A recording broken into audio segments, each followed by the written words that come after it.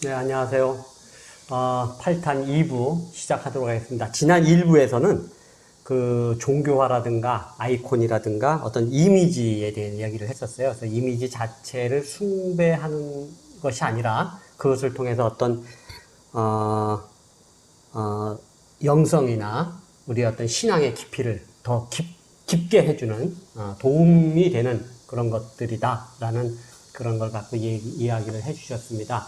이번 2부에서는 건축 이야기를 하려고 합니다. 보이는 건축, 보이지 않는 그 생각들라는 주제를 가지고, 건축은 보이는 것인데 거기에 보이지 않는 생각들이라는 점 어떤 의미 같은 걸 이야기하는 걸까요? 뭐 그런 이야기를 가지고 우리 교회 건축에 대한 이야기를 해주셨으면 합니다. 뭐부터 얘기할까요? 뭐 성공의 이렇게 네. 좀 제가 여쭙고 싶어요. 성공의 교회를 이제 새로 지으면서 오랜 그 흔적이 켜켜이 쌓여 있는 그 교회를 허물고 이제 완전히 이제 새로 지었거든요. 나중에 제가 조금 이제 안타까웠던 것은 거기에 같이 커왔던 나무라도 하나 좀 어마어마하게 큰 나무라도 한 그루 좀 그대로 남겨두었으면, 크게 걸거치지 않으면은. 나중에 교회 다 짓고 나서 먼저 교회가 서 있던 축대, 주춧돌, 네. 이런 것만이라도 좀 이렇게 남겨둘 걸.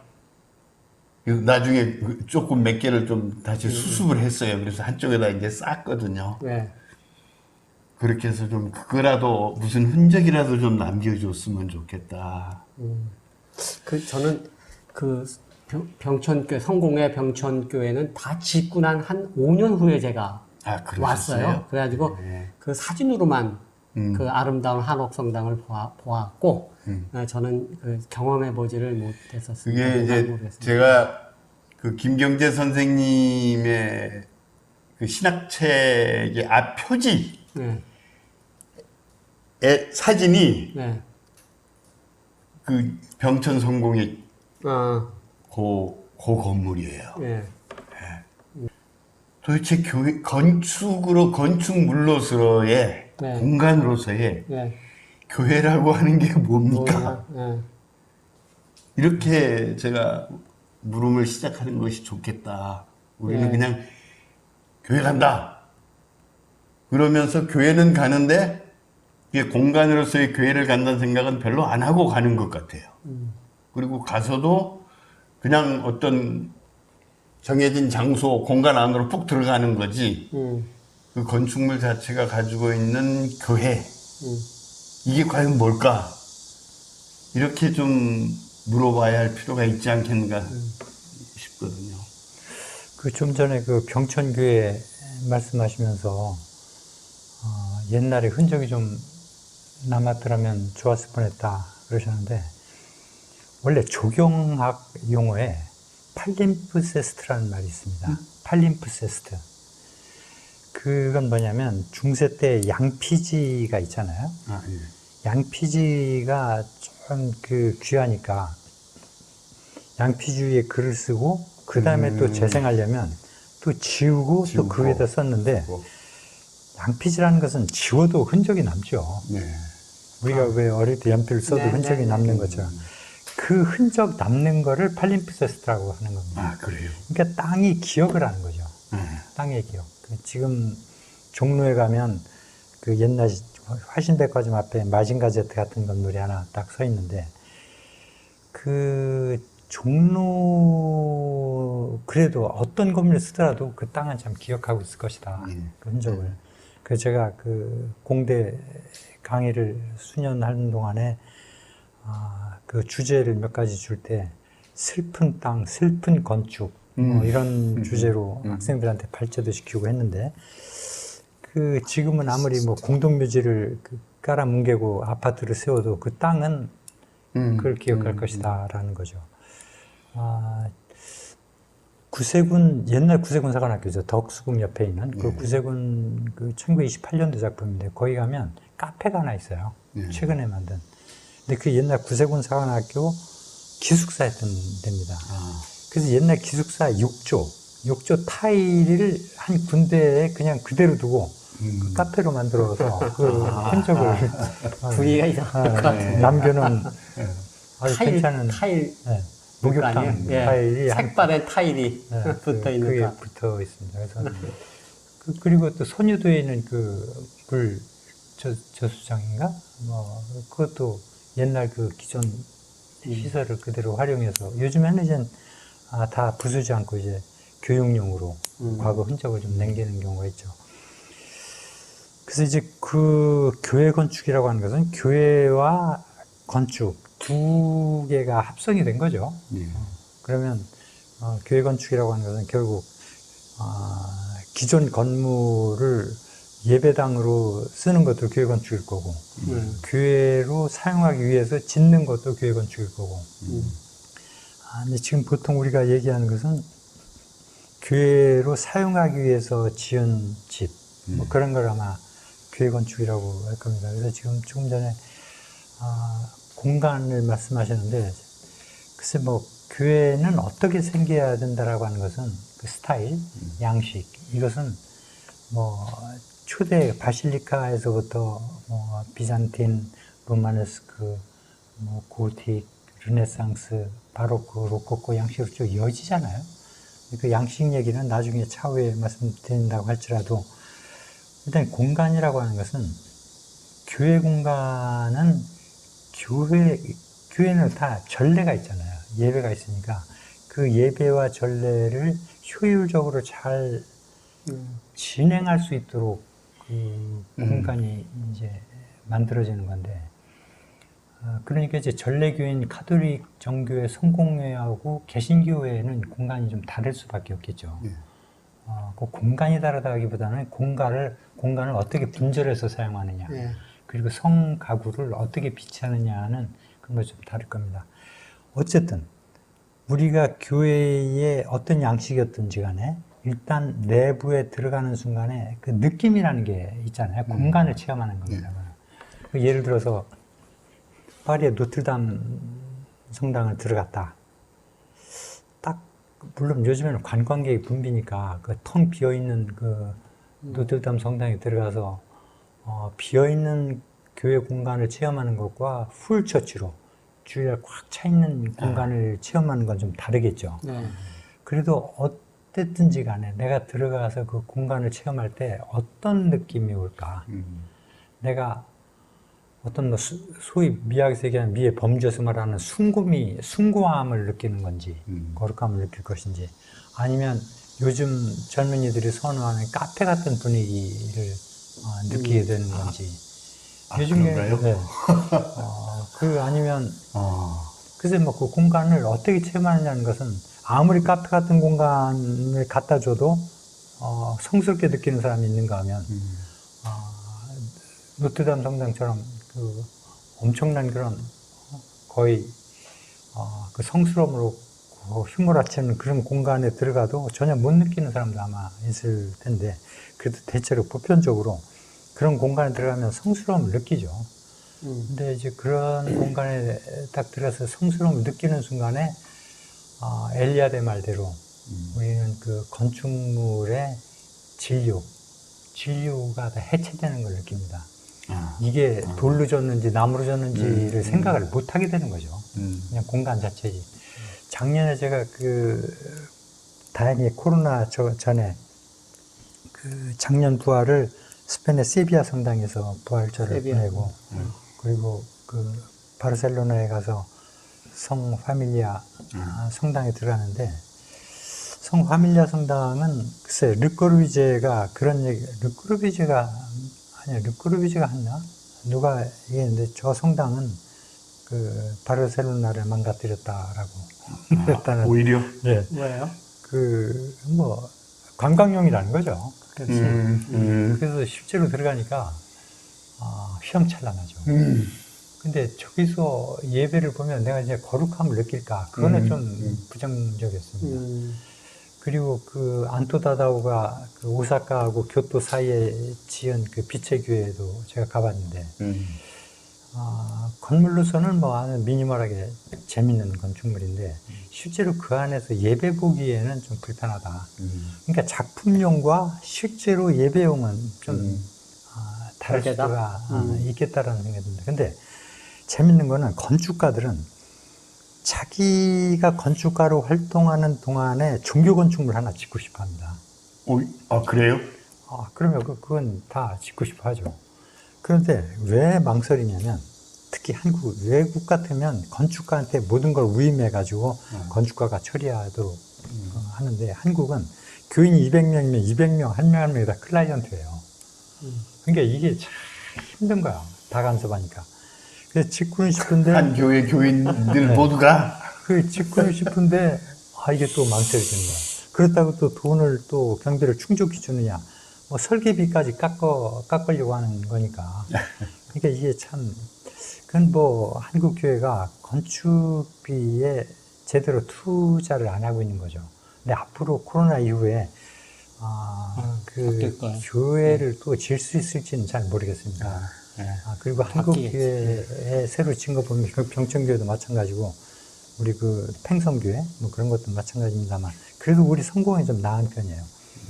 제가 그 학술진흥재단에서 무슨 프로젝트를 받아가지고 교회 건축을 연대로 이게 조사를 하는 게 있었습니다. 근데 교회, 전국에 있는 교회를 쭉 둘러보고 그 틈에 가면 없어졌어요.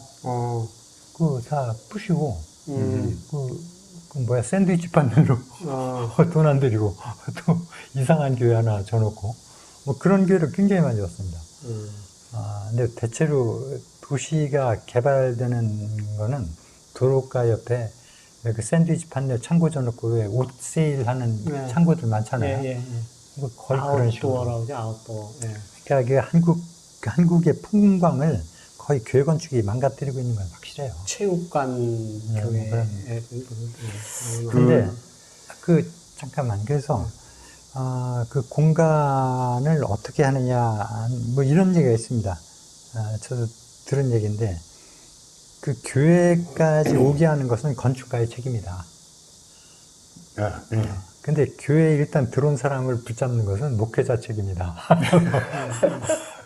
그러니까 이제 글쎄, 요즘에는 우리가 그 판교 톨게이트에 보면 F-16 전투기 같이 생긴 특이한 교회도 로켓 뭐 그런 올라가는 있죠. 그런. 근데 실제로 그분들한테 신자들한테 인터뷰를 해보면 굉장히 프라이드가 강합니다. 내가 깜짝 놀랐어요. 근데 지금은 좀 많이 익숙해졌는데, 옛날에는 저는 굉장히 이제 흉물스럽다. 혐오 시설 같은 그런 느낌을 받았습니다만, 초창기에는. 지금은 이제 너무 봐서 그런지 익숙해졌어요. 그래서 교회는 좀 어떤 차별성을 가지고, 작가들도 건축가도 마찬가지지만 그 교회를 독특하게 자꾸 지으려고 하는 건 좀 지양했으면 좋겠어요. 그래서 그 지역 주변과도 참 조화를 좀 이루게 해야지. 근데 또 차별성이 있으면 교인들은 또 상당히 또 의외로 자랑스러워하더라고요. 근데 또 안에 들어가면 또 겉에서 봤던 거하고 또 다른 다른 공간의 질이 또 나타나서 이제 실망한 적이 참 많습니다만, 아무튼 그래도 교회는 공간을 카페처럼 만들든 뭐처럼 만들든지 간에 근데 좀 성스러운 느낌은 좀 있어야 되지 않을까. 근데 그거를 어떻게 만들어내느냐는 것은 그 집은 다 똑같죠. 똑같은데, 물론 카톨릭이나 성공회 같으면 주교님이 축성을 하죠, 공간을. 그러면 요 세속 공간에서 들어오는 순간에 성스러운 공간으로 변한다고 우리가 믿으니까 이 공간은 우리가 성스럽다라고 믿고 생각하고 자꾸 의식을 그렇게 바꿔가니까 성스러운 공간이 이제 되긴 하는데, 아무리 그 상가 임대교회라고 할지라도 근데 그거 성스럽게 하는 거는 제일 중요한 것은 저는 조명 같아요. 조명. 조명을 어떻게 하느냐. 빛. 그렇죠. 그리고 우리가 꼭 칸막이를 해야만 공간이 분절되는 것이 아니라 조명 하나만 가지고도 공간을 분절시킬 수가 있고 그럼 그 간접 조명이었든 뭐 자연 채광이었든지 간에 그리고 두 번째는 성 가구일 겁니다. 의자, 뭐 제대, 재단 이런 것들을 그 공간에 얼마나 어울리게 또 그 색, 또 재료까지 그래서 그 공간을 들어가면 정말 기도하고 싶은 마음이 우러날 수 있도록 그거를 창출해내는 것이 건축가하고 그 목회자 교인들의 몫이라고 생각을 해요. 근데 건축가들은 신학을 잘 모르고 목회자들은 건축을 또 모르고 하니까 자꾸 충돌이 생깁니다. 그리고 대형 교회는 몇 교회 좀 자문도 해봤는데 저 같은 사람 말을 잘 안 들어요. 그냥 이런 사람한테 자문을 받았다라고 하는 정도지 대형 교회는 목회자 머릿속에 이미 딱 구상되어 있습니다. 절대 안 바꿔요. 왜 물어봐요?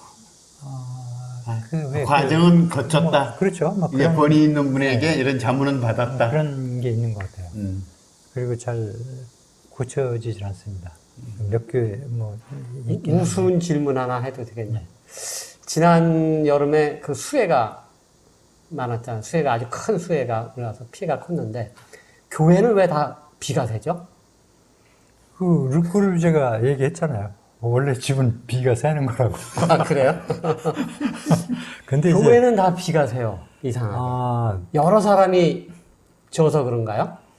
이어서 져서 그런가요? 뭐 그런 것도 있을 거고 건축비 그 오래된 거고 우선 오래돼서 낡은 경우도 있고 대체로 건축비를 충분히 투입을 안 해서 그럴 수 있습니다. 부실공사가 많을 거예요. 그런다면서요. 건축하는 사람한테 교회 건축장이 와가지고 세 가지 얘기한다고 그래요. 싸게 지어주세요. 크게 지어주세요. 빨리 지어주세요. 뭐 그런 게 있고 그리고 그 교회를 건축하려고 딱 되면 대체로 교회들이 요즘에는 좀 안 그렇겠지만 자기 교회 교인 중에 건축가가 있잖아요. 그럼 그분을 배제하고 다른 건축가한테 부탁하기가 좀 불편한 거예요. 뭐 그런 것도 있을 거고 그리고 건축가 두 사람한테 설계 도면을 가지고 오라고 합니다. 이게 모형을 모델을 그리고 벽에 붙여놓죠. 벽에 붙여놓고 간단하게 설명을 하고 그리고 서로 좋아하는 데다가 동그라미 표를 해라. 그래서 제일 많이 나오는데 그거를 이제 뭐 선택을 한다거나. 근데 이제 그거는 좀 좋은 방법은 아니고 정말 구체적으로 이 교회 그러니까 이 교회에서 무엇을 어떻게 사용할 것인지 그리고 교인을 위해서 이 교회는 무엇을 제공해 줄 수 있는 것인지 그 어떤 커미티가 교회 위원회가 교회 건축 위원회가 있어서 전문가도 좀 들어오고 교인이 아니어도 일반 그 지역 주민도 좀 들어오고 해서 그 혐오 시설이 되지 않도록 그렇게 협의체를 만들어서 좀 시간이 걸리더라도 그렇게 교회 건축을 하면 좋을 텐데 뭐 아마 경비 문제 때문에 그럴 겁니다.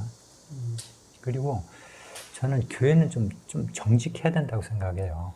건축이. 예, 그건 뭐냐면 하물며 일본에 가도 겉으로 볼 때는 샌드위치 판넬처럼 그 하우스처럼 보이는데 실제로 보면 목조 건축이에요.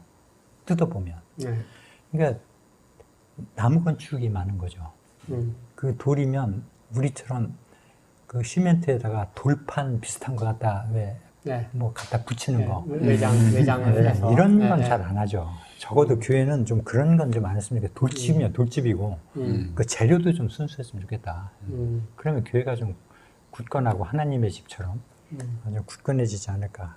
근데 이게 다 건축비하고 관련이 되니까 이런 문제가 생기는 것 같습니다.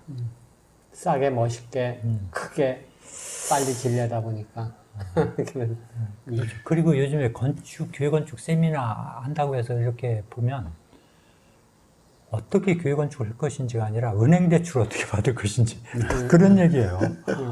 그러니까 참 그리고 저는 한번 꼭 드리고 싶은 말씀이 소위 임대 건축 있잖아요. 그 상가 건축이라고 하죠. 예. 근데 저는 그건 굉장히 좋다고 생각합니다. 이 땅도 없는 나라에서 그리고 우리는 그 임대 상가 건축을 교회를 짓기 위한 하나의 과도기에 하나 얻는 것처럼 생각을 하는데 그러지 말고 교회 건축의 한 장르로 정착을 좀 했으면 좋겠어요.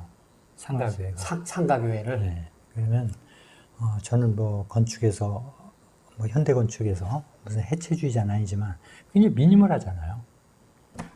그 이제 내부가 문제겠네요. 그러면은 그 내부를 글쎄 뭐 어떻게 교인이 꾸미느냐의 문제지. 인테리어. 교인이 그러니까 2, 3천 명이라면 불가능하죠. 예. 적어도 2, 300명 정도의 교인이라면 충분히 수용할 수 있는. 예, 예. 그럼 인테리어는 뭐 얼마든지.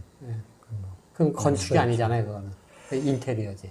그렇죠. 그렇죠? 예. 교회를 어떻게 꾸미느냐, 안에 내부를. 오히려. 예. 근데 교회처럼 진다고 생각해 보세요. 그 다음에 이사 갈 때는 교회다밖에 못 팔아먹어요.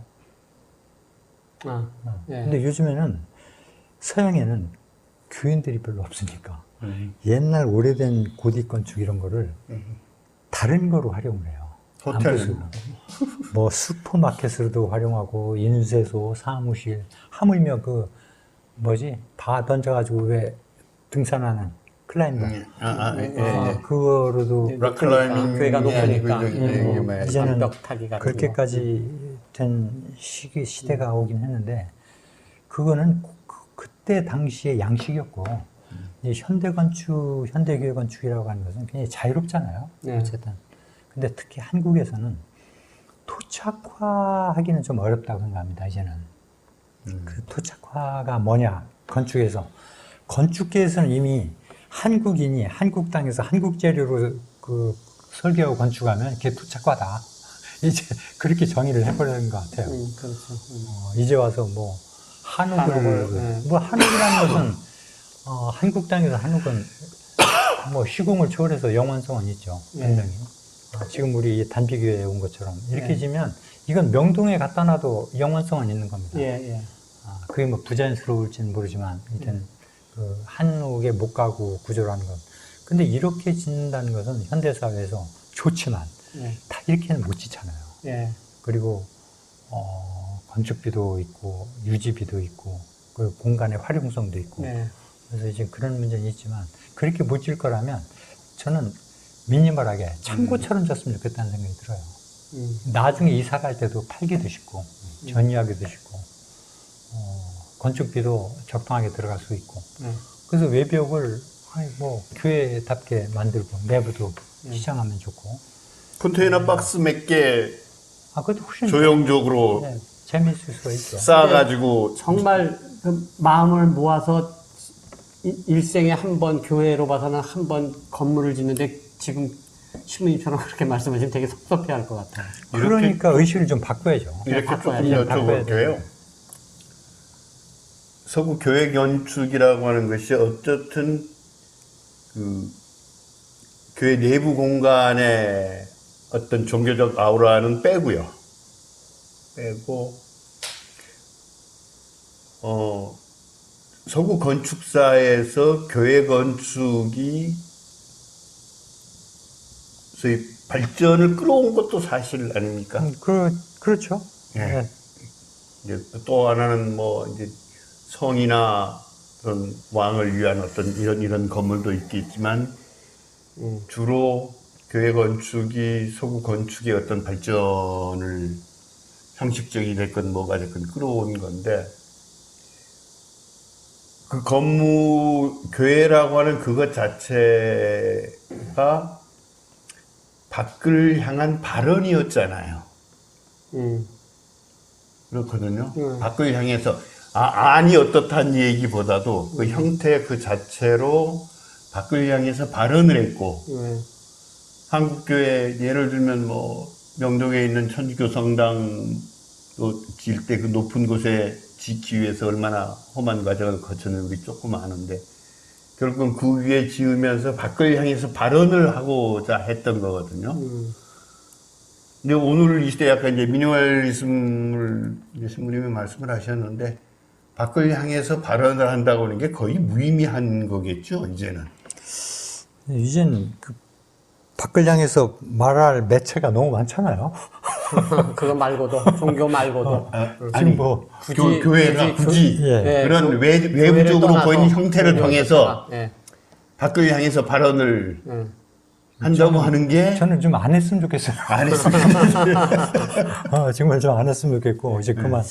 근데 원래 아니 그게 조금만 더 좀 해주시고요. 그 저기 뭐죠 소의 사랑의 교회 예.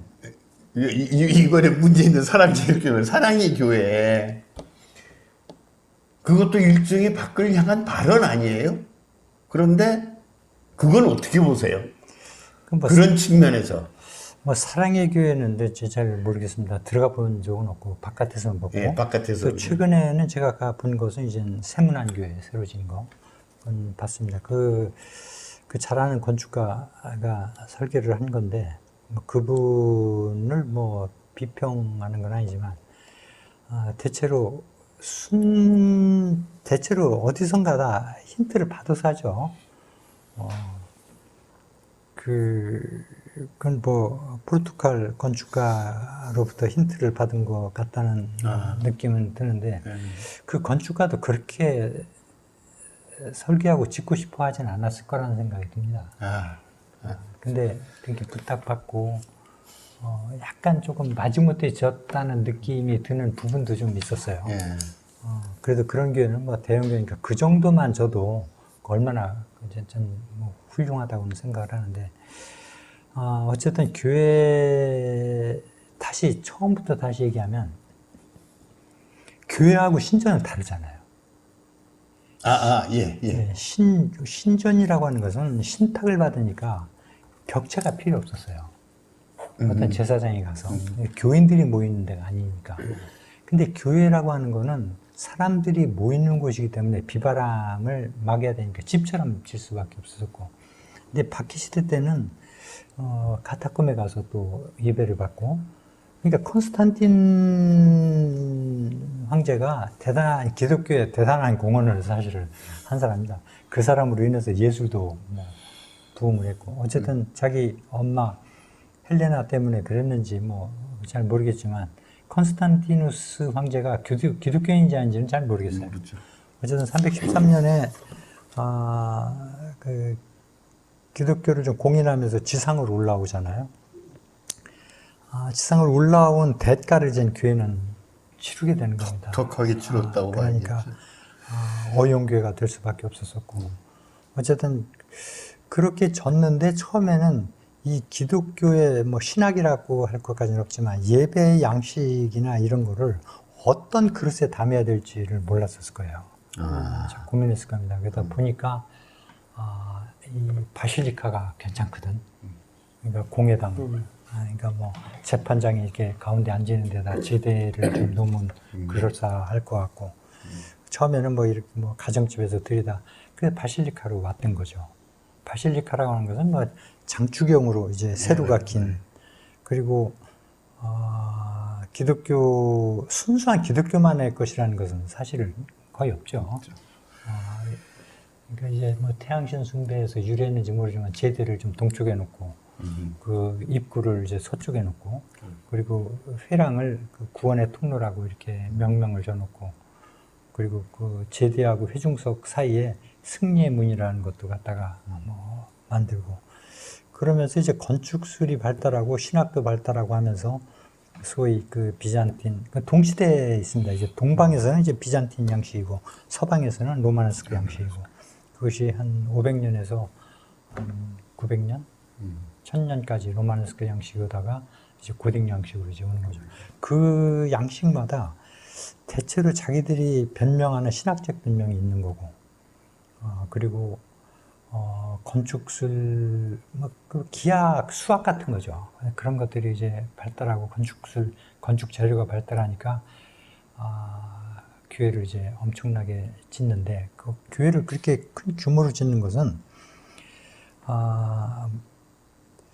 얼마나 가난했겠어요. 그 당시에. 아무라고, 중세라고 하는 것이. 중세 이전부터. 그러니까 하나님의 도성을 좀 시각적으로 보여주고 싶었던 거죠. 가난한 사람들한테. 그 교회 건물 자체로. 그렇죠. 그러니까 지금 보면 뭐 유럽 교회 가면 뭐 다 비어 있더라. 뭐 교회를 이렇게 크게 졌느냐고 하는데 중세 때도 비어 있었어요. 부활 성탄 때나 뭐였지? 봉건사회 봉건 제도에서 농노들이 뭐 주일날 매일 어떻게 교회로 오겠어요? 근데 왜 이렇게 크게 졌죠? 그건 다 대첩례일 때나 오는 거죠. 그 사람들은 그래도 가끔 수용을 해야 되니까.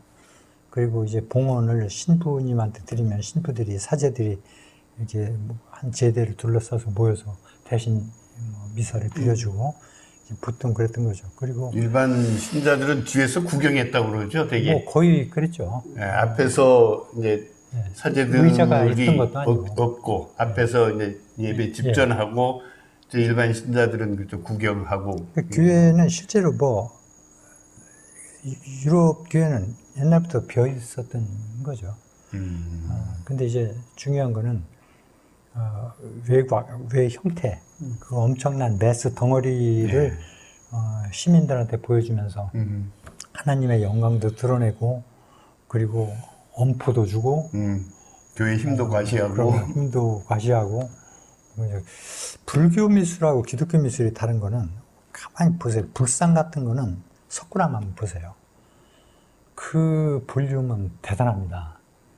그래서 한번 경주박물관장 했던 분이 그러더라고. 석굴암 불상을 가장 오래 본 사람이 3시간을 보더래요. 미국인이. 근데 우리나라 사람은 3초를 보고 지나간대. 딱 보는데 3초밖에 안 걸린대. 수학여행 와서. 그 얘기는 뭐 들었습니다만 실제로 불상 같은 거를 보면서 불심이 막 이렇게 일어나는 그런 작용을 해요. 불상 같은 경우는. 근데 기독교는 교육용이었습니다. 주로. 훈육. 훈육용이었고 교육용이었고 교리 교육용이었고 성서 교육용이었고. 그러니까 그림이 뭐 리얼할 필요도 없었고 무슨 예술적 가치가 를 드러낼 필요도 없었던 거죠. 교육용이었기 때문에.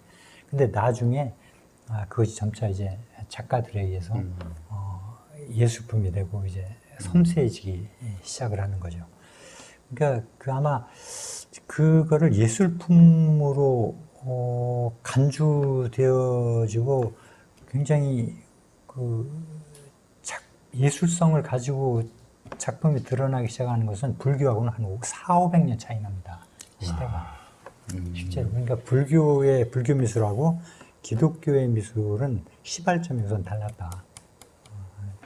그래도 뭐 어쨌든 어떤 양식이었든지 간에 그런 양식을 통해서 좀 전에 말씀하신 것처럼 교인도 교육하고 그 대표적인 것이 그런 거죠.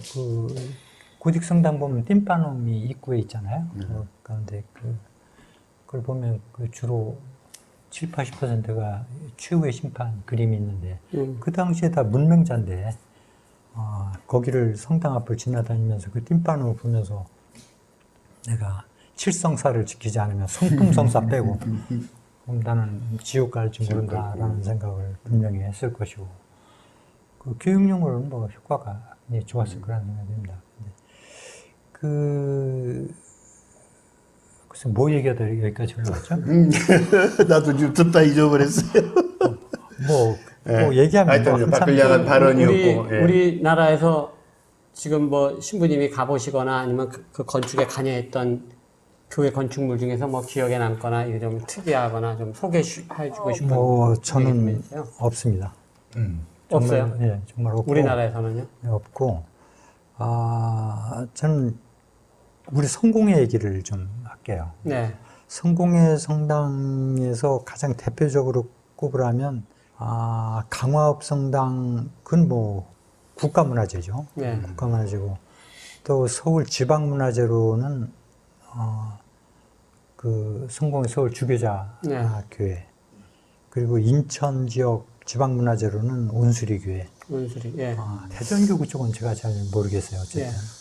그런 정도인데, 제가 제일 좋아하는 것은 지금 그 옛날 온수리 교회입니다. 역시 강화도죠, 뭐. 네, 강화도죠. 그 강화읍 교회는, 거기는 참, 정제도 하고, 그 양명학이 본산 아니에요? 강화도가. 아, 그렇게 됩니까? 양명학 본산입니다. 그래서 유학자들이 실학자들이죠. 아하. 그 실학자들이 진치고 있던 그 강화 땅인데 물론 뭐 여러 가지 호란도 많이 겪었지만 그때 1900년도에 그 트롤로프 신부님이 강화업성당을 질 때 어떤 생각을 하고 졌을까 그런 생각을 좀 가끔 하는데 우리나라 그 건축가나 교회에서 가장 토착화된 성당을 꽂으라면 강화업성당이라고 이렇게 얘기하는데 저는 그 토착화 성당이라는 생각은 안 들어요. 네. 정직하게 말씀드려서 그건 오히려 돈을 건축 주체가 누구냐가 좀 중요한데 그 돈은 다 메리어트 영국 선교본부에서 거기서 돈을 가져왔고 또 한옥성당으로 졌다고 하지만 벽체는 다 벽돌이고 중층이지만 그리고 이 문짝은 또 영국에서 수입해 와요. 아, 문짝을. 예, 열쇠의 고리까지 전부. 그래서 모르겠어요. 나름대로 그 문 자체의 의미가 다르기 때문에. 글쎄 그런 영국문을 통해서 구원받으라는 얘기인지 그건 뭐 잘 모르겠습니다만 네. 한옥으로 지면서 왜 굳이 문짝은 영국에서 수입해 왔을까? 그것도 참 난 궁금하고 실제로 그렇구나. 한국인이 관여한 것은 원수리교예요? 목수들밖에 없다고 생각합니다. 지인 사람만 네. 한국 네, 사람이고. 건축 재료도 글쎄 뭐 백두산에서 갖고 왔다고 그러는데 나무 같은 건 벽돌은 어디서 갖고 왔는지 모르겠어요. 중국 벽돌일 가능성도 있고.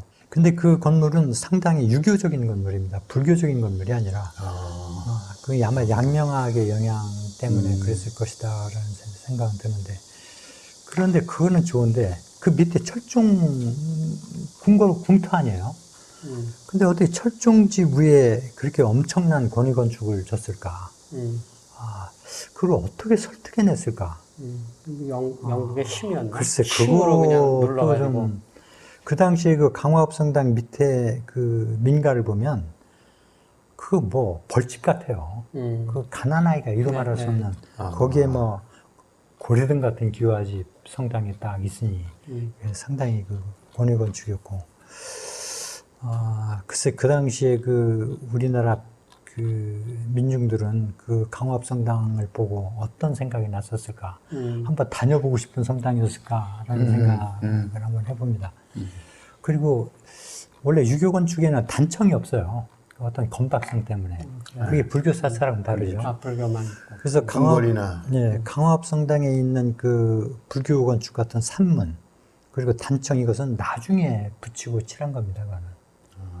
그리고 현판은 천주교, 북경에 있는 북당 거 현판을 그대로 갖다가 쓴 거고. 토착화라고 하기보다는 그건 트롤루프 신부의 그 이국적 정서라고 할까? 아니면 그 유학자들의 그 어떤 비난이나 이런 것들을 조금 면피하기 위한 것이었을까? 그래도 아무튼 그렇게라도 남아서 한옥성당이 있다고 하는 것은 그건 뭐 두말할 가치 없는 거죠. 그걸로도 의미가 있다. 그럼요. 그리고 제가 왜 온수리교회를 좋아하냐면 온수리교회를 딱 하면 그 지붕선이 정말 이쁩니다. 그 아주 그 강화업같이 그렇게 저 규격화된 아주 그런 멋들어진 것이 아니고 그 영국의 커티지 보듯이 그 라인이 기와 라인이 그렇고 그 재료도 한국인이 돈도 한국인이 또 한국인이 손에 의해서 그거야말로 토착화된. 정말 토착화된 성당이 그 온수리 성당이 아닌가. 건물이. 네. 진천성당도 아마 그렇지 않을까 진천도. 싶고. 네. 그러니까 그렇고 한국 청주도 그렇고. 네. 청주교회는 좀 다릅니다. 청주교회는 가보시면 아시겠지만 약간 일본 냄새가 나요. 살짝 들어가 보시면. 그리고 강화업성당의 제대 쪽을 보면 약간 청나라 냄새가 좀 나고, 약간 뭐 제 눈에는 좀 그렇게 보입니다. 근데 어쨌든 그리고 한국 성공의 성당에는 그 절충양식이 없어요. 절명의 한양 절충양식 뭐 이런 거. 한양. 퓨전. 그러니까 네. 교회 건축이 처음에 시작하게 될 때는 대체로 한옥에서부터 출발하든지 양식에서부터 출발하든지 출발해서 그대로 오거든요. 그리고 그러다가 종탑은 한옥으로 하고 그 건물은 양식으로 하고 뭐 그런 데거나 이렇게 절충 양식이 있는데 특이하게 대한성공의 건축물에는 그 혼합된 양식이 잘 나타나지 않습니다. 약간 아까 말씀드린 청나라 냄새가 내부에서 살짝 나고 일본 냄새가 조금씩 나긴 해도 근데 이제 상주교의 일본 그 부산 대성당 네. 일본 냄새가 나잖아요. 들어가 보면 네. 그런 냄새가 날 뿐이지 그 절충 양식이 눈으로 시각적으로 확 드러나는 그런 건 없어요. 근데 그리고 한옥 양식이 이렇게 오래 많이 없어졌죠. 아까 병천교회도 사라지고 팽성교회도 사라지고 없어지는 것은 뭐 도시개발이나 이것 때문에 뭐 불가피하게 없어질 수는 있다고 생각을 해요. 근데 왜 그렇게 오랫동안 보존됐느냐? 정말 대한성공회가 한옥성당을 보존하고 아끼는 마음으로 그렇게 보존했을까? 아니면 돈이 없어서 새로 질 수 없어서 보존했을까?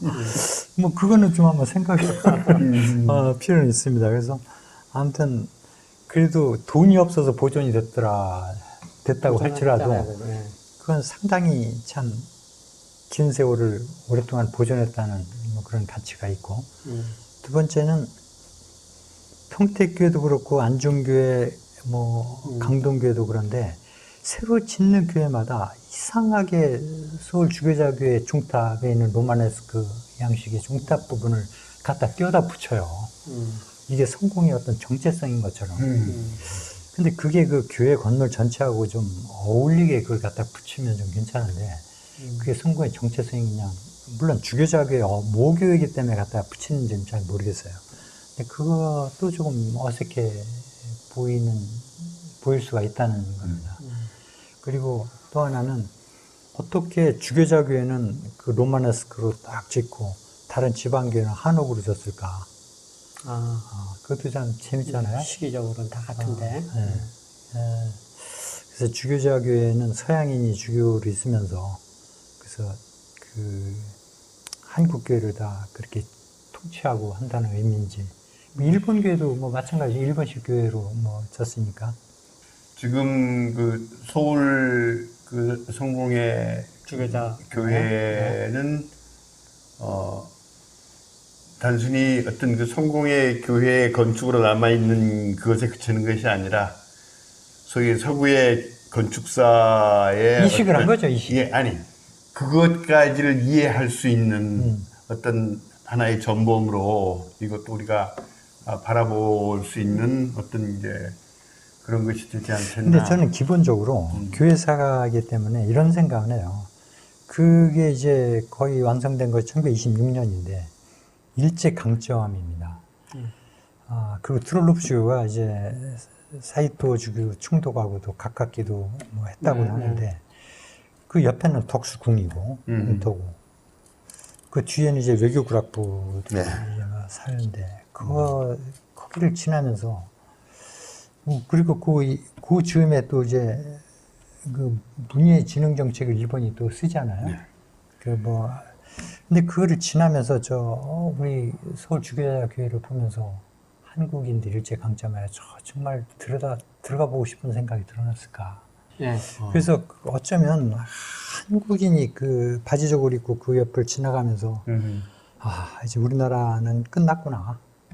어쩌면 저거조차도 침략물을 생각했을 가능성도 있지 않았을까. 아하, 그 성공의 그 건물을 보면서. 그렇죠. 명동성당이 명동성당이 또 뭐 마찬가지고. 왜냐면 1920년대에 져진 건물이 굉장히 많아요. 보세요.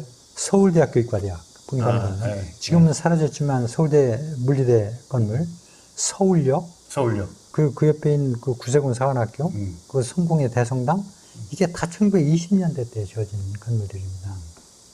그러니까 그 서양 사람들이 서양의 건물을 일본 사람들이 이식을 시켜놓은 거죠. 그런 거 보면 참 조금 뭐 우리가 지금 볼 때는 훌륭하고 아 이거 보존해야 된다라고 하는 사적 가치 뭐 아름답지만 실제로 그 뒤에는 우리 시민들이 그 당시 사람들로 느꼈을? 되돌아가서 느꼈을 때 네. 그 느낌도 우리 고려해 봐야 돼. 그러니까 예. 내 자꾸 말이 건축 얘기하니까 말이 많아지는데 아니. 파리에 조금 전문적으로 들어가가지고. 파리의 노트르담 예. 성당 하나 보세요. 네. 그 한 200m 거리에 그런 성당이 또 있어요. 이렇게 뭐. 그러니까 우리가 볼 때 지금 그 잠깐 불도 나고 지난번에는 그 무슨 성당이 불이 났죠? 저기도 불이 뭐야. 났는데 노틀담. 성당이. 네. 아니 그거 말고 또 랭스 성당인가 뭐가 또 불 났는데 네. 어쨌든 그 파리 시가지는 한 200~300년 동안 석수쟁이로 꽉 차 있었다고 생각하시면 돼요. 짓느라고. 세네강변에. 그러니까 막 돌가루 매일 날리고 음. 지금 가면 여기 안에 그 쫙 정비돼 가지고 우리가 성당을 보지만 실제로는 거의 뭐 돌가루 몇백 년 동안 돌가루 뭐 소위 우리 건축학에서 약간 비판적인 시각이 있어 보면 소위 거대 건축 속에 들어있는 인간의 권력의 욕망 뭐 이런 것들은 이제 얼마든지 그냥 어차피 있는 것 그 같고요. 후학들이 얘기를 하겠죠. 무조건 우리가 자랑만 할 거냐 성공이라면.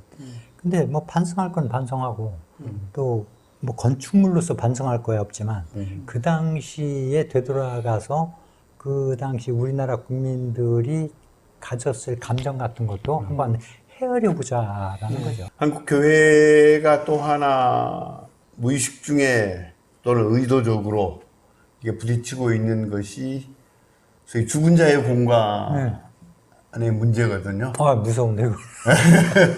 그러니까 여러 형태로 예를 들면 뭐 어디 가니까는 이쪽은 불교 같은 공간 안에 이쪽은 기독교 이쪽은 일반인 뭐 이렇게 해서 납골 묘지가 있고 또는 공원 묘지가 있고 하는 식으로 죽은 자들의 공간에 대한 어떤 기독교적인 이해가 조금 필요한 시기가 아닌가. 이게 뭐 이번에 광주에서는 그 지하 납골당에 물이 차가지고 난리가 난 그런 현상인데 이게 살아있는 신앙인들의 어떤 교회 공간 못지않게 우리가 다시 한번 좀 생각해야 할 것이 그래야죠. 예, 죽은 자들의 공간의 문제를 조금만 쉬었다가 네. 조금만 쉬었다가 물 한 모금 마시고 네. 그 얘기하고 끝내는 걸로 알겠습니다. 알겠습니다. 얘기를 하겠습니다. 감사합니다. 고맙습니다. 예, 감사합니다.